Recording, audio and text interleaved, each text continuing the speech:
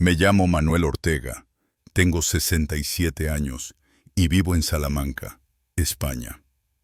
Fui a celebrar con mi hijo y su esposa el cierre de la venta de mi empresa familiar, Transportes Ortega, fundada hace más de 3 décadas.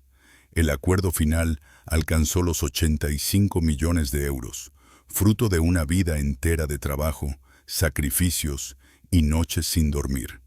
Reservé una mesa en el mesón del Patio Chico, uno de los restaurantes más elegantes del casco antiguo. Cuando mi hijo Alberto se levantó para ir al baño, la camarera se me acercó, temblorosa, y susurró: «Señor, no beba eso». Vi cómo él puso algo en su copa. Sentí que la sangre se me helaba. Me incorporé sin decir una palabra y salí del local bajo la lluvia fina de marzo. 24 horas después descubriría una verdad que cambiaría mi vida para siempre. Pero empecemos por el principio. Fundé Transportes Ortega con un solo camión y muchas ilusiones. Con el tiempo llegué a tener contratos con ayuntamientos y grandes empresas de Castilla y León. Mi esposa, María Eugenia, fue mi compañera en todo. Murió hace 8 años de un cáncer de páncreas que se llevó lo mejor de mí. Antes de partir, me pidió una promesa. «Cuida a nuestros hijos, Manuel, pero no les des todo. Enséñales a luchar». No cumplí. Cegado por la culpa y la soledad, me refugié en el trabajo y en el dinero. Alberto, el mayor, se casó con Verónica, una mujer de sonrisa impecable y ambiciones desmedidas. Al principio pensé que exageraba, pero con el tiempo todo giró en torno a las inversiones, los préstamos y las oportunidades. Primero fue un gimnasio en Salamanca, 200.000 euros que se esfumaron en menos de un año. Luego una aplicación de reparto para restaurantes de lujo, $500.000 más perdido en problemas técnicos. Cada fracaso era un golpe más a mi confianza. Y sin embargo, seguía creyendo. Hasta aquella noche, hasta que la camarera me advirtió. A la mañana siguiente, analicé el vino que había quedado en la copa. Contenía un sedante potente. No lo podía creer. Mi propio hijo había intentado drogarme. Esa fue la última vez que lo vi. Lo que vino después fue mi renacimiento y mi justicia. Hace un año tomé una decisión: vender la empresa. No por dinero, sino por cansancio. Cansancio de cargar con responsabilidades que ya no me correspondían. Quería disfrutar de los años que me quedaban, viajar, pasear por el Tormes, leer sin mirar el reloj. Cuando se lo conté a mis hijos, la reacción de Alberto fue inmediata. «¿Cuánto vas a sacar, papá?». Respondí que aún no lo sabía, que dependía de las negociaciones, quizá entre 60 y 90 millones de euros. Vi cómo sus ojos se iluminaron con un brillo inquietante, el de alguien que no escucha palabras, sino cifras. «¿Y nosotros?», intervino entonces Verónica, su esposa. «Hemos estado contigo todos estos años, cuidándote, renunciando a muchas cosas. ¿No merecemos una parte?». Intenté mantener la calma. Les recordé que ya les había ayudado muchas veces, pero Alberto insistió. «No es lo mismo, papá. No queremos limosnas, queremos nuestro adelanto de herencia». Esa palabra, herencia, me atravesó el pecho como un cuchillo. Aún no había vendido la empresa y ya planeaban cómo repartir el dinero. Las negociaciones duraron 8 meses. Firmé finalmente en la notaría de la Plaza Mayor de Salamanca. Alberto y Verónica aparecieron sin invitación, fingiendo emoción. «Queríamos acompañarte en este momento histórico», dijeron. Pero en sus ojos no vi orgullo, sino avaricia. «Hay que celebrar, papá», insistió Alberto. «Vamos a cenar esta noche, los 3. Tenemos que hablar del futuro». No imaginaba que aquella cena sería el principio del fin. Aquel tono de voz me incomodó, pero accedí. Todavía conservaba esa necesidad absurda de agradar, de sentirme querido por Alberto y Verónica, aunque en el fondo intuía que algo no iba bien. Ellos insistieron en que debíamos celebrar la venta de la empresa. Quise hacerlo bien, así que reservé mesa en El Albalat, un restaurante de renombre en Salamanca, junto al río Tormes. Si íbamos a celebrar, lo haríamos a lo grande. Llegamos a las 20 cels. Nos asignaron un salón privado, con vistas al casco histórico iluminado. El servicio era impecable, la comida exquisita. Durante la primera hora todo pareció normal. Hablamos del clima, de política, de los viajes que pensaba hacer ahora que estaba jubilado. Pero debajo de esa charla ligera, percibía una tensión silenciosa, una espera inquietante, como si aguardaran el momento exacto para revelar algo. Cuando sirvieron el segundo plato, Alberto levantó su copa. «Por ti, papá», dijo, «por tu éxito, por los millones que conseguiste y por la familia que siempre te ha apoyado. Brindamos». El vino era excelente. Entonces Verónica intervino con una sonrisa estudiada. «Ahora que vendiste la empresa, tenemos que hablar de tu futuro. Bueno, de nuestro futuro». Escuché en silencio. «Creemos», continuó Alberto, «que deberías reorganizar tus finanzas. Transferir parte del dinero ahora, mientras estás en plena capacidad. Evitarías impuestos de herencia y asegurarías que todo quede en buenas manos». «¿Y cuáles son esas manos?», pregunté. «Las nuestras, claro. 50 millones para nosotros. Tú te quedas con 3. Me quedé helado. ¿3 millones para vivir el resto de mis días?», dije. «Papá, sé realista», respondió Alberto. «Eres mayor, no te quedan 30 años. Con suerte, 10 o 15.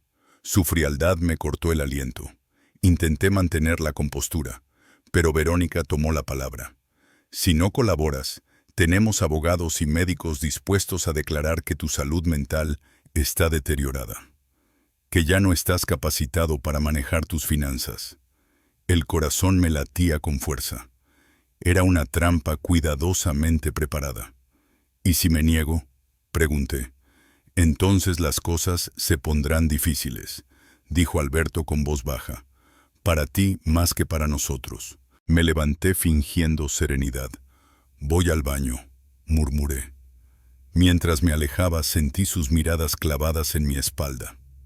Y supe, con absoluta certeza, que esa noche estaba en peligro. Algo en aquella escena me heló la sangre. Desde el pasillo vi cómo Alberto sacaba algo de su bolsillo, un pequeño frasco transparente. Miró a su alrededor, asegurándose de que nadie lo observaba, y vertió unas gotas en mi copa de vino. Después, con total naturalidad, continuó hacia el baño. Me quedé inmóvil. No podía creer lo que acababa de ver. Mi propio hijo había puesto algo en mi bebida. Una camarera pasó cerca, una joven de unos 25 años. Me miró con el rostro tenso. «Señor», susurró inclinándose. «Perdone que me entrometa, pero vi algo». «¿Qué viste?», pregunté. «Vi a su acompañante, el caballero joven. Puso algo en su copa. No sé qué era, pero no parecía normal. El mundo se me vino abajo. No era imaginación, era real». «¿Estás segura?». «Completamente. Lo vi claramente». Saqué un frasco y vertió el contenido en su vino. «Señor, por favor, no lo beba». Le agradecí con la voz temblorosa. «¿Quiere que avise a la policía?», preguntó. «Todavía no, pero necesito tu ayuda. Guarda esa copa, que nadie la toque. Y dame tu nombre y teléfono, por favor». «Claro, me llamo Alejandra. No se preocupe, lo haré con discreción». Cuando Alberto regresó del baño, sonreía como si nada. En ese instante supe que no volvería a sentarme con él. Me levanté, tomé mi abrigo y caminé hacia la salida. «Papá», escuché a Verónica gritar. «¿A dónde vas?». No respondí. Salí del restaurante y tomé un taxi. El móvil no dejó de sonar. Llamadas y mensajes de ambos, acusándome de estar paranoico, de arruinar una noche familiar. Apagué el teléfono. En el trayecto a casa, mi mente no dejaba de girar. Mi hijo había intentado drogarme. ¿Para qué? ¿Para hacerme firmar documentos? ¿Para declararme incapaz? No lo sabía, pero debía actuar rápido. Al llegar a casa, cerré con llave y llamé a mi abogado, don Morales, a mi contable y a un investigador privado. Necesito protección, les dije, legal, financiera y física. Mis hijos están tramando algo. A las 6 de la mañana, Morales llamó a mi puerta con el rostro grave. Manuel, lo que encontré es muy serio, dijo. Tus hijos presentaron hace 3 meses una solicitud judicial para declararte incapaz, con informes médicos falsificados. Aquello fue el principio de mi guerra por la verdad. Y esas solicitudes aún están activas, me explicó don Morales con tono grave. Fueron rechazadas por falta de pruebas, pero tus hijos pueden reabrirlas con nueva evidencia, o fabricarla. ¿Fabricarla cómo?, pregunté. Con un video, por ejemplo. Imagina que te drogan, grabándote desorientado, confuso. Esa era la intención anoche en el restaurante, Manuel. No solo querían robarte, querían declararte incapaz legalmente. Sentí un frío en el pecho. No era codicia, era una conspiración completa. ¿Qué más encontraste?, pregunté. Transferencias pequeñas de tus cuentas, dijo. 5.000 aquí, 10.000 allá. En 2 años suman casi 800.000 euros. Todas autorizadas con el poder limitado que diste a Alberto. Lo usó para robarte poco a poco. Apreté los puños. ¿Y Verónica? También. Tenía acceso a una de tus tarjetas corporativas para gastos médicos, ¿recuerdas? Ha gastado más de 300.000 euros en joyas, viajes y restaurantes de lujo. Nada médico. 11 millones de las antiguas pesetas, robados por mis propios hijos, mientras yo creía que me cuidaban. ¿Podemos recuperarlo?, pregunté. Intentarlo, sí, pero será una batalla larga y costosa. Alegarán que fueron préstamos o regalos. Palabra de ellos contra la tuya. ¿Y la copa?, inquirí. La camarera, Alejandra, la entregó esta madrugada. La enviamos a un laboratorio privado en Madrid. En 24 horas sabremos qué contenía. Morales me miró con seriedad. Manuel, esto es un intento de envenenamiento. Puedes presentar cargos penales contra tu hijo. El silencio llenó la estancia. Todavía era mi hijo, mi sangre, pero también mi verdugo. 2 horas después llegó Arturo Vega, el investigador privado. Traía un archivador grueso. He hecho lo que pidió, me dijo. Investigué a fondo a su hijo y su nuera. Abrió el dossier. Fotografías, extractos bancarios, nombres de acreedores. Alberto está endeudado hasta el cuello. Debe más de 200.000 euros a varios casinos y prestamistas. Lleva 5 años apostando. Algunos de esos lugares son clandestinos, y cuando alguien no paga, las consecuencias son graves. Vi imágenes suyas entrando y saliendo de tugurios de mala muerte. Todo el dinero que le di se había ido en apuestas. Ningún negocio existió. Todo fue una farsa, y Verónica lo sabía. También tenía más de 100.000 euros en deudas. Viven por encima de sus posibilidades. Y ahora sé por qué necesitaban mi fortuna. Desesperación. Con todo lo que descubrí, dijo Arturo Vega pasando las páginas del dossier, está claro por qué Alberto y Verónica están tan desesperados. Quieren saldar sus deudas y mantener su vida de lujo, cueste lo que cueste. Yo permanecí en silencio, asimilando cada palabra. Pero Arturo no había terminado. Hay algo más, añadió. Tu hija Carolina tampoco es inocente. Ella y su marido Javier están al borde del divorcio.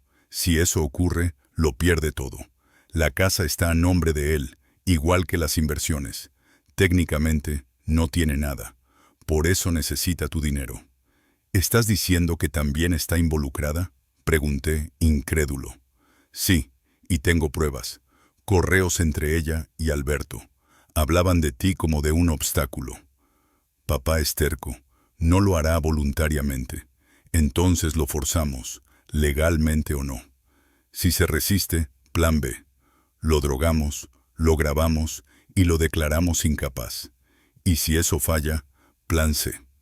Arturo me miró con preocupación. No sé qué es el plan C, pero mejor no averiguarlo. Sentí un escalofrío recorrerme el cuerpo. ¿Algo más?, pregunté. Sí. Verónica tiene un amante, un abogado especializado en tutelas e incapacidades, el mismo que presentó la solicitud judicial hace 3 meses, el licenciado Ramírez. Todo encajaba. Una conspiración perfecta. ¿Tienes pruebas?, le dije. Fotografías, registros de hotel, mensajes, todo. Pasé el resto del día preparando mi defensa.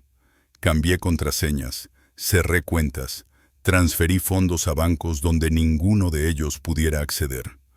Don Morales redactó la revocación de todos los poderes, órdenes de restricción y una demanda preventiva. Si ellos iban a atacarme, yo atacaría primero. Sin embargo, sentía una necesidad más profunda: no enfrentar esto solo. Llamé a mi hermana Teresa, que vivía en Valladolid. No hablábamos mucho desde hacía años.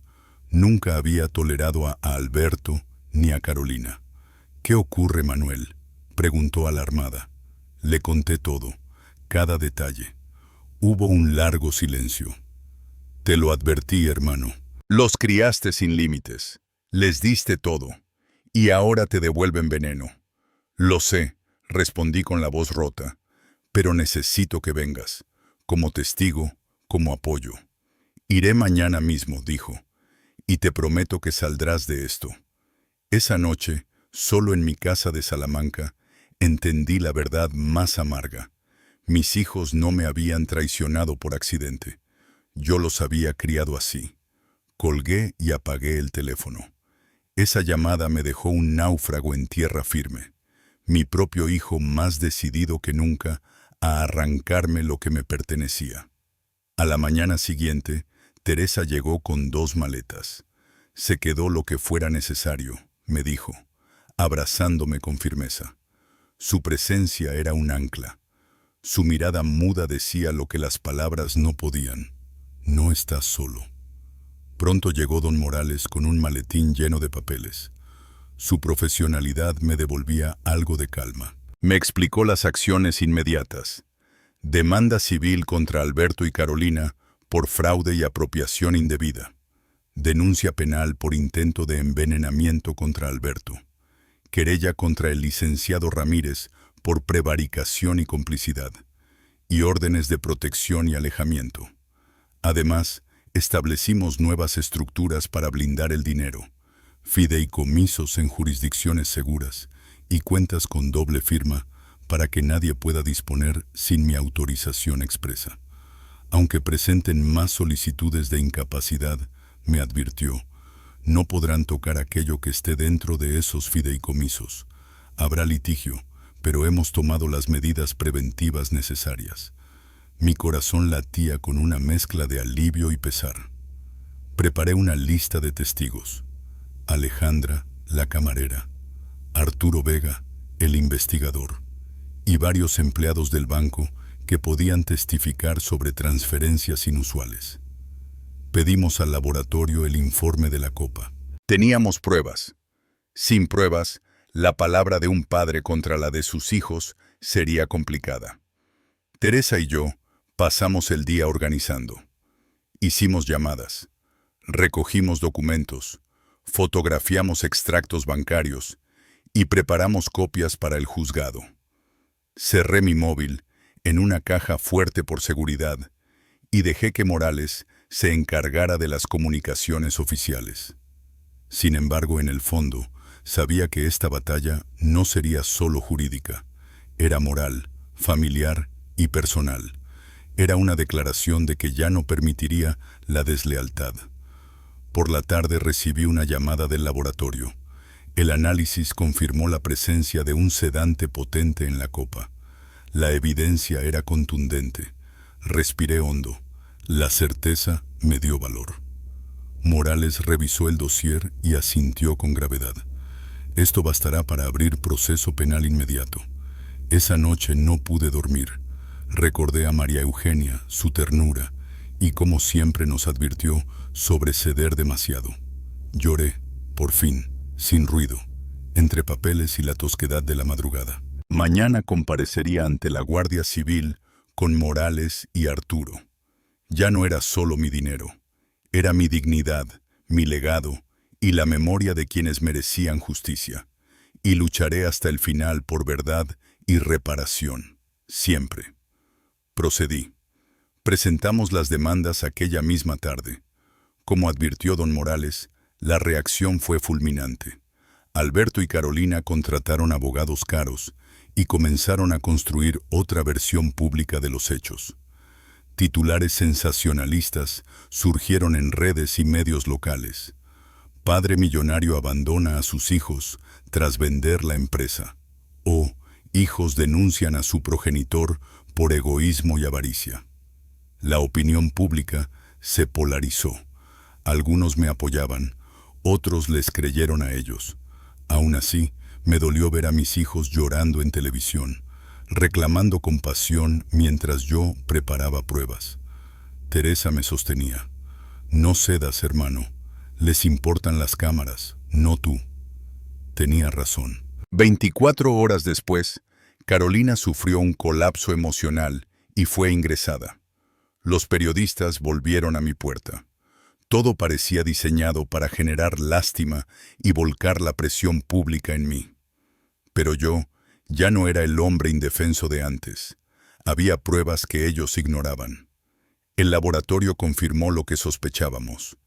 La copa contenía un sedante potente, suficiente para dejarme fuera de combate varias horas. Don Morales lo leyó en voz baja. Esto es evidencia sólida, Manuel. Podemos abrir la vía penal. Las consecuencias serían graves para Alberto. Quise esperar, sentí la tentación de exponerlo en el instante para verlo desmoronarse. Pero Morales aconsejó prudencia. Primero la estrategia legal, después el golpe final. 3 días después de las demandas, recibí una visita inesperada. Al abrir la puerta vi a Elena Martínez, hermana de María Eugenia. No nos veíamos desde el funeral y su presencia me sorprendió. Entró con ojos graves y se sentó en silencio antes de hablar. Roberto, dijo con voz contenida, necesito contarte algo sobre los niños. La escuché con el corazón en la garganta. Me contó detalles que no sabía. Conversaciones viejas, regalos devueltos, llamadas a cuentas opacas y pruebas de reuniones nocturnas con personas vinculadas a apuestas y a abogados poco escrupulosos. Parecía que había observado a Alberto y a Carolina en tiempos recientes, y su relato confirmaba parte del dossier de Arturo Vega. También mencionó con cautela un nombre que ya conocía, el licenciado Ramírez, el mismo que había presentado las solicitudes de incapacidad. ¿Confías en ella?, preguntó Teresa, que había ido a la cocina por agua y regresó al escuchar el nombre. Asentí. La información de Elena añadía una capa más al rompecabezas. No solo era una conspiración económica, sino un entramado de relaciones y lealtades rotas. Aquella noche supe que la batalla sería larga, pero también que ya disponía de aliados inesperados y buscaré justicia verdadera. Elena me miró con gravedad, como quien suelta una piedra en un estanque y observa las ondas. Sé lo que todos saben, lo que sale en las noticias, dijo. Tus hijos te pintan como un monstruo y tú los acusas de robo. Pero no es así de simple. Me explicó que Rodrigo la llamó llorando y que ella, por cariño, fue a verlo para escuchar su versión. Tras escuchar ambas caras, decidió llamarme. Fui a verlo porque te prometí a María Eugenia que velaría por ellos si algo pasaba, confesó. Le pedí que me... Elena habló sin rodeos. Me contó cómo Alberto manipulaba desde joven, fingiendo arrepentimiento para que yo lo defendiera.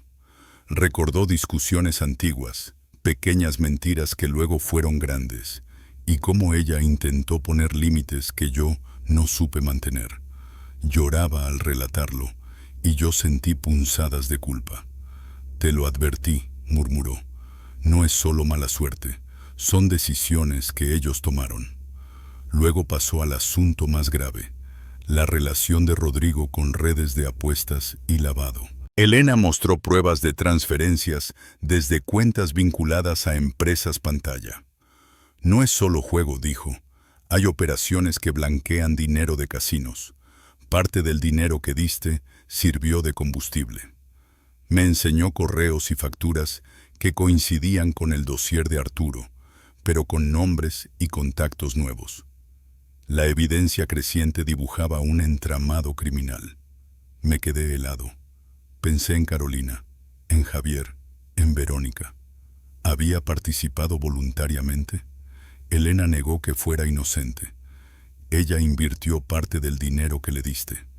Le pregunté por qué no había hablado antes. Tenía miedo, explicó. No quería destruir la familia. Ante mí estaba la posibilidad de hundir a mis hijos en la cárcel. Sentí un vértigo moral. Justicia o venganza, reparación o destrucción. Teresa, en silencio, apretó mi mano. «Decide con la cabeza, no con el corazón», dijo. Pedí tiempo. Convocaríamos a don Morales, a Arturo y, si procede, a la fiscalía. No quería precipitarme, pero tampoco permitiría que continuaran con su plan. Por primera vez en años comprendí que protegerme implicaba enfrentar la verdad sobre mis errores como padre. Si la ley exigía consecuencias, habría que aceptarlas. Aunque dolieran, la verdad debía prevalecer. Esa tarde organizamos reuniones, recopilimos pruebas y preparamos una declaración para la prensa y la fiscalía. No busco destrucción por placer. Busco justicia, proteger mi patrimonio y honrar la memoria de María Eugenia con honestidad. Son mis hijos, y a pesar de todo, una parte de mí todavía los ama. Aún recuerdo cuando eran niños, inocentes y puros. Pero ya no son esos niños. Son adultos que tomaron decisiones criminales y deben afrontar las consecuencias. Lo sabía, pero entonces sonó el teléfono. «Número privado», contesté. «Dígame», respondí. «Señor Ortega, habla la agente Sánchez de la Unidad de Delitos Económicos y Financieros de la Fiscalía Provincial de Salamanca». Mi corazón se detuvo. «¿Qué ocurre con mi hijo?», pregunté. «Estamos investigando a su hijo Alberto por presuntos delitos de blanqueo de capitales, fraude fiscal y otros delitos conexos. Durante la investigación, hemos detectado indicios de que usted podría haber sido víctima de apropiación indebida y fraude». «¿Es correcto?», dijo la agente. «Sí, tengo demandas activas», contesté. «¿Qué necesitan de mí?».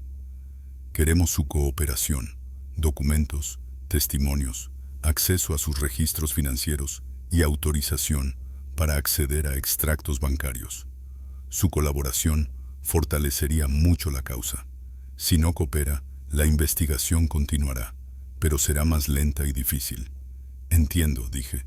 «Necesito tiempo para pensarlo.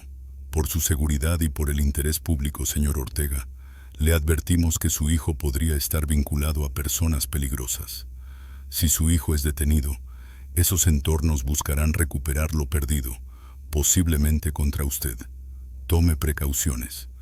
Colgué y me quedé mirando la pantalla. Elena me miraba con el rostro tenso. «¿Y ahora?», murmuró Teresa desde la cocina. «La fiscalía me pide colaboración», contesté. «¿La vas a dar?». «No sé», respondí. «Entregar a tu propio hijo a la justicia es una decisión que te acompaña para siempre». Teresa se acercó y tomó mi mano. «Escucha, hermano, no eres cómplice. Si cooperas, puedes ayudar a evitar que otros sufran. Alberto intentó envenenarte, te robó y se asoció con delincuentes. Protegerlo te hace partícipe del daño». Elena asintió. Ella había prometido a María Eugenia velar por los niños, y ahora me miraba con exigencia moral. Pasé 2 días en vela, revisando pruebas, hablando con don Morales y con Arturo. Finalmente llamé a la agente Sánchez. Cooperaré, dije. Tendrán acceso a todo lo necesario. Gracias, respondió ella. Acuda mañana a las 10 a la fiscalía. Será público y su hijo sabrá que ha colaborado. Sentí un vértigo inmenso, pero también una extraña calma. Por primera vez, tomaría partido por la verdad, por la memoria de María Eugenia y por la seguridad de mi propia conciencia frente al daño causado. Esté preparada para las consecuencias, me había advertido la agente Sánchez. Le respondí que sí, pero no lo estaba. Esa misma noche, a las 11, mi casa fue atacada. Primero escuché el ruido, cristales rotos, el pitido de la alarma y luego los gritos. Los guardias reaccionaron enseguida. Detuvieron a 3 encapuchados armados antes de que cruzaran el umbral. La policía llegó en minutos. Cuando los redujeron y les quitaron las capuchas, reconocí uno de los rostros. Trabajaba en uno de los casinos clandestinos donde Alberto tenía deudas. Los otros 2 también estaban fichados por la policía. ¿Quién los mandó?, preguntó el inspector. Nadie. Solo queríamos robar. Mentían. Nadie intenta robar una casa con vigilancia las 24 horas, cámaras y perros de seguridad. Al revisar sus teléfonos, encontraron mensajes procedentes de un número familiar. El de Verónica, mi nuera. No eran ladrones comunes. Habían sido enviados para intimidarme o, tal vez, eliminarme. A las 2 de la madrugada llegó la agente Sánchez. Señor Ortega, dijo, esto cambia todo. Ya no se trata solo de fraude o lavado. Esto podría ser un intento de homicidio. Tenemos que actuar inmediatamente. ¿Qué propone?, pregunté. Órdenes de arresto para su hijo, su nuera y su hija. Decomiso de bienes y congelamiento de cuentas antes de que desaparezcan. A las 6 de la mañana, los equipos de la fiscalía irrumpieron en las viviendas de Alberto y Carolina. Los detuvieron y se los llevaron a declarar. La noticia corrió como pólvora. Hijos de empresario salmantino arrestados por fraude y conspiración criminal. Intento de ataque vinculado a deudas de juego. Desde mi casa, acompañado por Teresa y Elena, observé el amanecer con una mezcla de alivio y tristeza. Hiciste lo correcto, dijo Teresa. No se siente así, respondí. Nunca se siente así, añadió Elena, pero era necesario. 3 días después, la fiscalía presentó los cargos. Alberto, 15 años posibles. Carolina, 8. Verónica, 10. Ya no había vuelta atrás. Una semana más tarde recibí una carta desde el centro de detención. Era de Carolina. Papá, sé que no merezco tu perdón. Rodrigo me convenció. Quise creerle. Tenía miedo. La niña que te amaba aún existe, pero está destrozada por lo que hice. La leí 3 veces. No buscaba dinero. No pedía favores. Solo una palabra. Redención. Leí la carta 3 veces y solo encontré dolor genuino, arrepentimiento real. Teresa me preguntó si iba a responder. No lo sabía. Quizá más adelante, pero no ahora. Necesitaba sanar, procesar, aprender a vivir sin ellos. Y el dinero, blindado, debía servir para algo bueno, algo que María Eugenia habría aprobado. Decidí crear la Fundación María Eugenia, con sede en Salamanca y delegaciones en Valladolid y Zamora, para proteger a personas mayores del abuso económico familiar. Asesoría jurídica gratuita, psicología, peritajes contables, investigadores privados y, cuando hiciera falta, alojamiento temporal. Convertir mi dolor en protección para otros era la única forma de darle sentido a todo. 2 meses después de los arrestos, tomé café en el jardín al amanecer. Por primera vez en años sentí una paz discreta. No era felicidad. Todavía dolía. Era la certeza de haber hecho lo correcto, de haberme defendido. Sonó el teléfono. Número desconocido. Respondí con cautela. Era un periodista, David Martínez, que preparaba un reportaje sobre mayores estafados por su propia familia. Rechacé hablar. Insistió con respeto. Mi testimonio podía dar valor a otros. Tomé su número y prometí pensarlo. Recordé una frase de mi esposa. De las cosas malas puede salir bien si no renuncias a la verdad. Quizá tenía razón. Esta pesadilla podía convertirse en advertencia y en aliento. 6 meses después, la fundación estaba en marcha. No era la vida imaginada tras vender la empresa. No había viajes con mis hijos ni celebraciones. Había propósito y dignidad. En ese tiempo, atendimos a 237 personas. Algunas historias fueron peores que la mía, otras menos graves. Todas compartían lo mismo, familias que trataban a sus mayores como cajeros automáticos o estorbos. Teresa aceptó ser directora operativa. Su experiencia administrativa y su carácter la hacían idónea. Elena Martínez se incorporó como consejera y acompañó a víctimas en grupos de apoyo, compartiendo lo que vio en nuestra familia. Si hubiera alzado más la voz, me dijo una noche, quizá nada de esto habría ocurrido. No es tu culpa, respondí.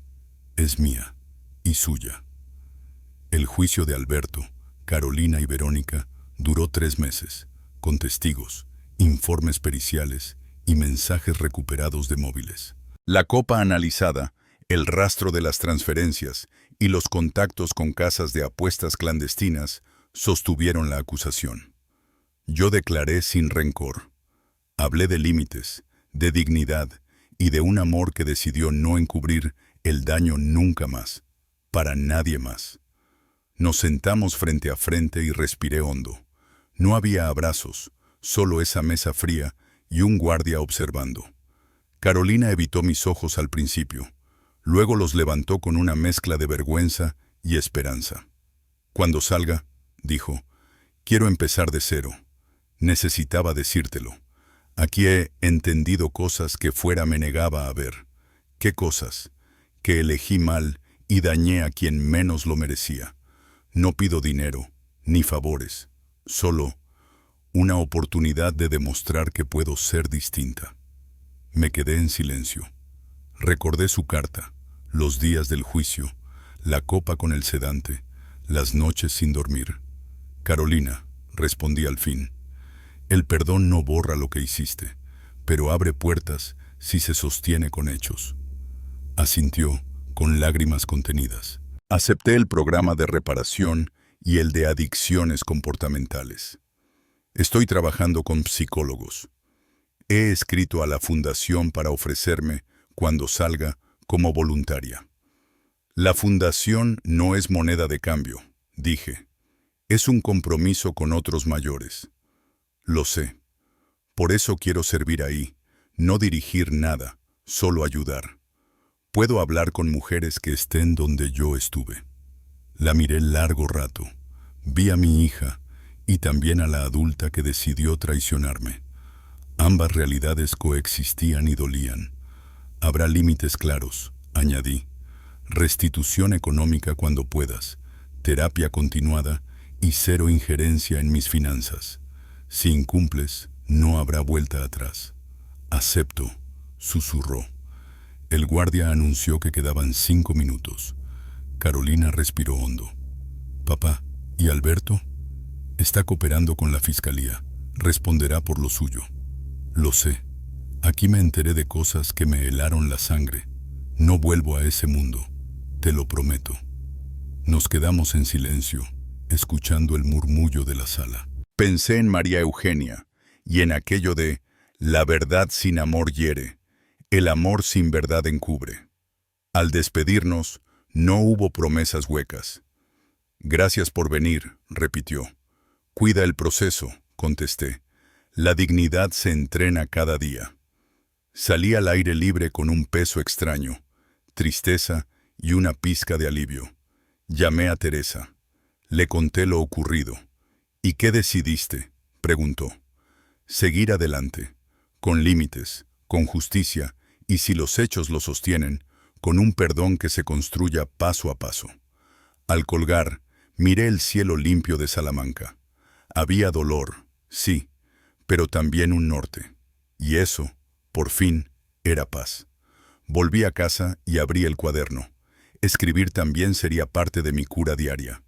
Cuando salga tendré 34 años, dijo Carolina. Mi vida habrá cambiado por completo. Mi carrera como médica está acabada. Todo lo que conocía ha terminado. Consecuencias de tus decisiones, respondí. Lo sé, y no he venido a pedirte que me saques, ni dinero, ni ayuda legal. He venido a pedirte algo diferente. ¿Qué? Perdón. No para salir de aquí ni para cambiar nada, sino para que, cuando salga quizás sola, podamos intentar reconstruir algo. No lo de antes. Eso murió. Algo nuevo y honesto. ¿Por qué debería darte esa oportunidad? No deberías. No la merezco. Pero papá, llevo 6 meses aquí pensando, procesando, haciendo terapia obligatoria. Por fin entiendo el daño que causé, la traición. Estoy avergonzada. Alberto te convenció, eso dijiste, que te manipuló. Era verdad, pero solo en parte. Yo elegí escucharle y participar. Puse mi miedo y mi codicia por delante de tu bienestar. Esa decisión fue mía y la estoy pagando. ¿Y Alberto? Carolina negó con la cabeza. Hablamos a veces en llamadas supervisadas. No ha aprendido nada. Te culpa. Dice que exageraste y que merecía ese dinero. ¿Y tú? Yo he aprendido lo contrario. El dinero fácil destruye. La familia se construye con respeto. El amor verdadero tiene límites. Si los cruzas, llegan las consecuencias. Guardamos silencio. Busqué señales de mentira. Solo vi sinceridad y dolor. No puedo prometerte nada, dije al fin. No puedo asegurar que te perdonaré o que reconstruiremos algo. El daño fue inmenso y quizá la confianza no se repare. Lo entiendo, susurró. Me basta con que mires mis actos. 3 años, 5, lo que sea. Si cumplo, quizá podamos hablar otra vez. No sé si como padre e hija, pero como personas con historia compartida. Es más de lo que mereces. No me des las gracias. Aún así, gracias.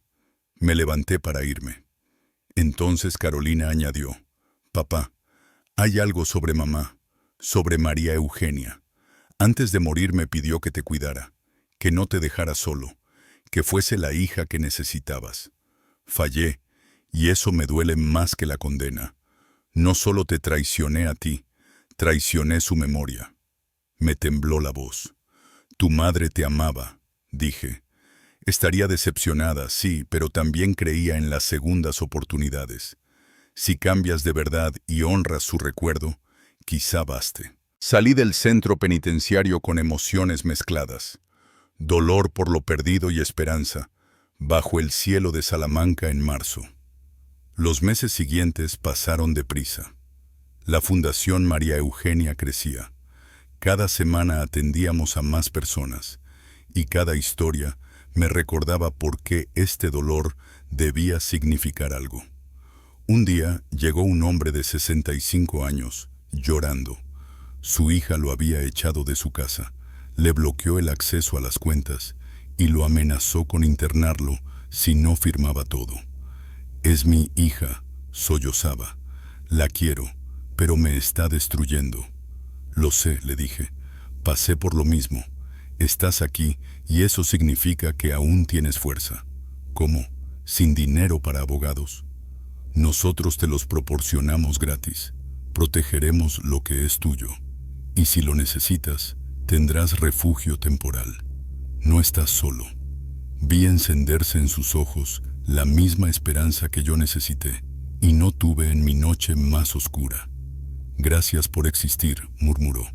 No me lo agradezcas, respondí. Mejora, y cuando puedas, ayuda a alguien más. Así se honra el dolor. Un año después del juicio, el periodista David Martínez publicó un reportaje amplio, estadísticas, entrevistas y la radiografía del abuso financiero familiar en España. Mi testimonio servía como caso central. Extremo, sí, pero con justicia, consecuencias y cambio. El artículo ganó premios y, sobre todo, abrió una conversación nacional sobre proteger a las personas mayores y desromantizar la familia tóxica. Me invitaron a universidades, congresos y platós. Conté mi historia sin vergüenza. La vergüenza protege al abusador. La verdad protege a la víctima. En un programa, una mujer levantó la mano. Señor Ortega, ¿no se arrepiente de haber llevado a sus hijos a prisión? No debía protegerlos. Como padre, mi trabajo era enseñar valores, límites y consecuencias. Fallé, y ellos creyeron que podían todo sin repercusiones. Enviarles a prisión no fue destruirlos, fue por fin enseñar la lección pendiente. Nadie está por encima de la ley, ni siquiera la familia. A los niños que fueron los amo, lloro por su potencial. Pero no sacrificaré mi vida, seguridad ni dignidad por adultos que eligieron no respetarme. Amor sin respeto no es amor, es dependencia. Tras el programa, muchos esperaron para pedir consejo. Mi hijo siempre me pide dinero. Di que no, y mantén el no. Cada sesión premia la manipulación. Solo me visitan si doy algo. Deja de dar, si no vuelven, eran transacciones. Tengo miedo de quedarme solo. No estás solo. Acércate al centro de mayores. Cultiva amistades, voluntariado, terapia grupal y actividades semanales locales seguras. Busqué señales de teatro y no las vi. Había humildad, no victimismo. Respiré hondo. Si apoyo tu libertad condicional, tendrá condiciones claras, dije. Restitución progresiva, terapia continuada, cero contacto con Alberto y límites firmes con mi patrimonio. Ningún euro, ningún favor. Acepto, respondió sin titubear. También puedo cumplir horas de servicio en la fundación. No como atajo, aclaré, sino como trabajo supervisado. Salí del centro con la cabeza llena de preguntas. Hablé con Teresa, con Elena y con don Morales. Coincidieron en lo esencial. La oportunidad debía ir unida a responsabilidad. Esa tarde convoqué al patronato de la fundación. Propuse, si el juzgado la excarcelaba, un itinerario de reinserción, formación en mediación comunitaria, 20 horas semanales de apoyo en talleres para mayores, evaluación mensual y un tutor externo. Ningún trato de favor, solo un marco transparente. A la semana siguiente celebraron la vista. La sala estaba fría.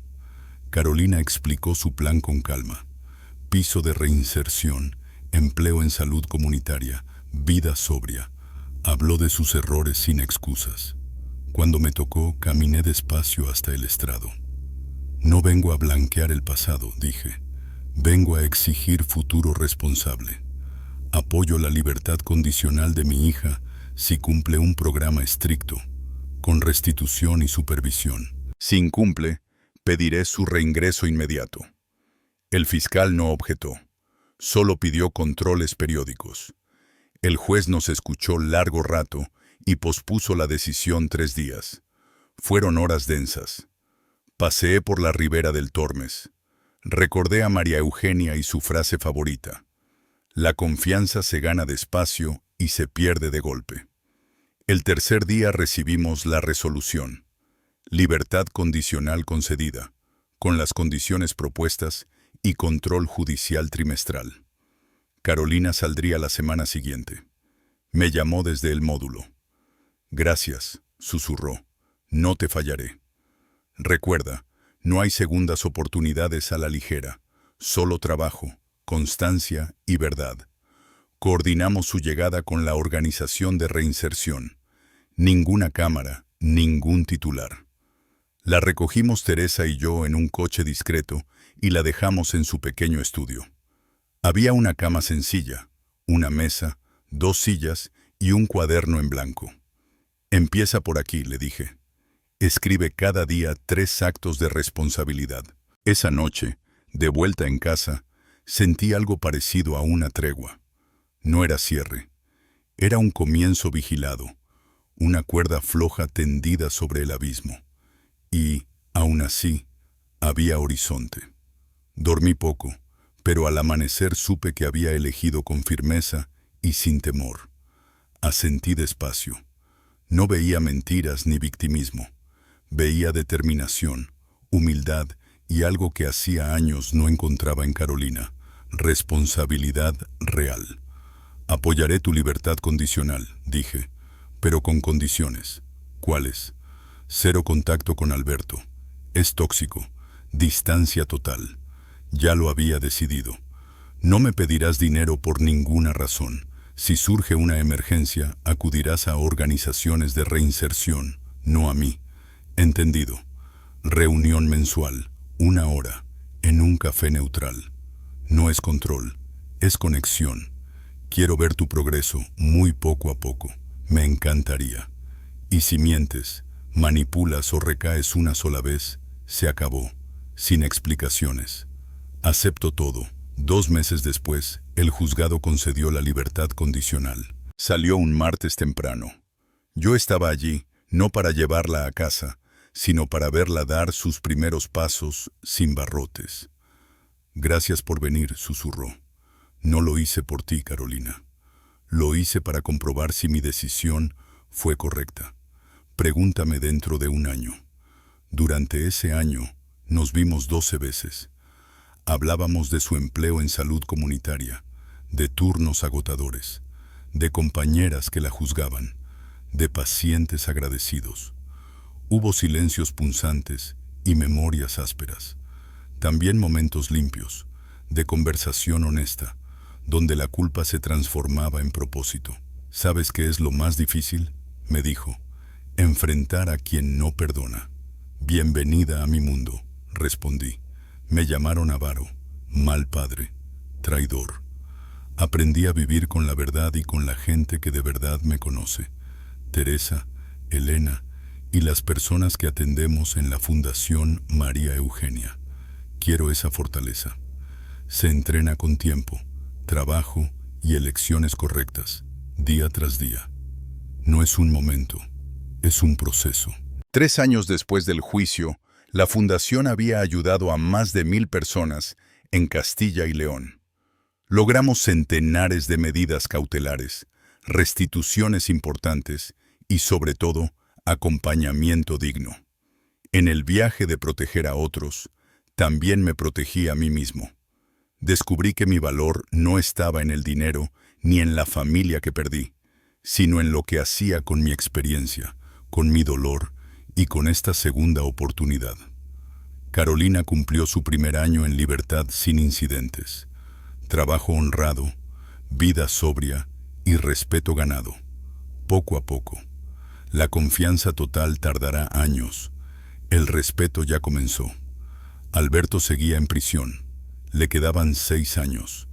No asumía responsabilidad. Me culpaba y esperaba rescate. No lo habrá. Algunas personas solo aprenden tocando fondo. Para él, el fondo todavía está por llegar. Organicé una cena pequeña por mi cumpleaños, en Salamanca.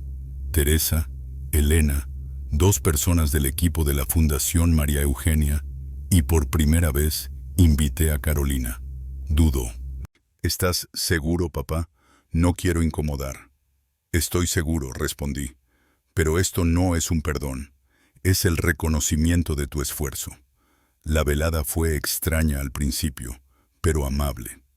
Carolina habló de su trabajo en salud comunitaria, de metas concretas y de cómo estaba aprendiendo a vivir con poco. No pidió nada. Al despedirse, me abrazó. Gracias por no rendirte del todo conmigo. Solo sigue demostrándolo, dije, día a día. Esa noche, solo en casa, repasé los últimos años, desde aquella cena en Salamanca, donde todo estalló, hasta el juicio y la reconstrucción. Había perdido mucho, a mis 2 hijos, al menos temporalmente, dinero y una parte de mi tranquilidad, pero había ganado autenticidad, libertad para vivir sin miedo y un propósito nítido. Me hice la pregunta incómoda: ¿valió la pena? La respuesta fue clara. Yo no destruí a mi familia, ellos la rompieron. Yo solo me negué a hundirme con ella. Lo mejor fue descubrir la familia elegida, gente que me valora por quién soy, no por lo que tengo, y un propósito que trasciende el dinero: proteger a mayores de abusos. La paz llega cuando haces lo correcto, incluso si es lo más difícil.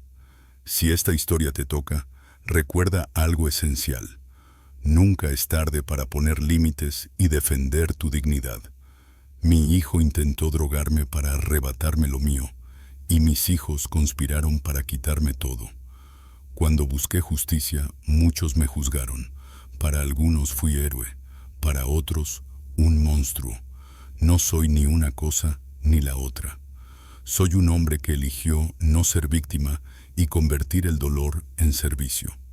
Si tu familia te manipula o te usa, tienes derecho a decir no y a pedir ayuda legal. A veces la justicia duele porque implica consecuencias para quienes amas, pero amor sin respeto no es amor, es abuso cubierto de obligación.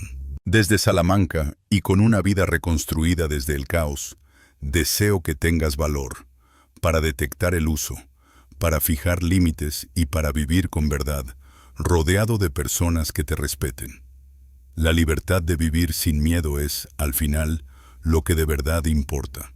Y si hoy estás dudando, llama a un abogado, guarda pruebas, cuenta tu historia y da el primer paso valiente. Gracias por escuchar. Si te ha servido, compártela. En algún lugar alguien vive lo mismo y necesita saber que no está solo. Hay esperanza, recursos y fuerza. Defenderse no es egoísmo, es supervivencia, dignidad y amor propio. Todos merecemos respeto. Da el primer paso y busca ayuda cercana y profesional.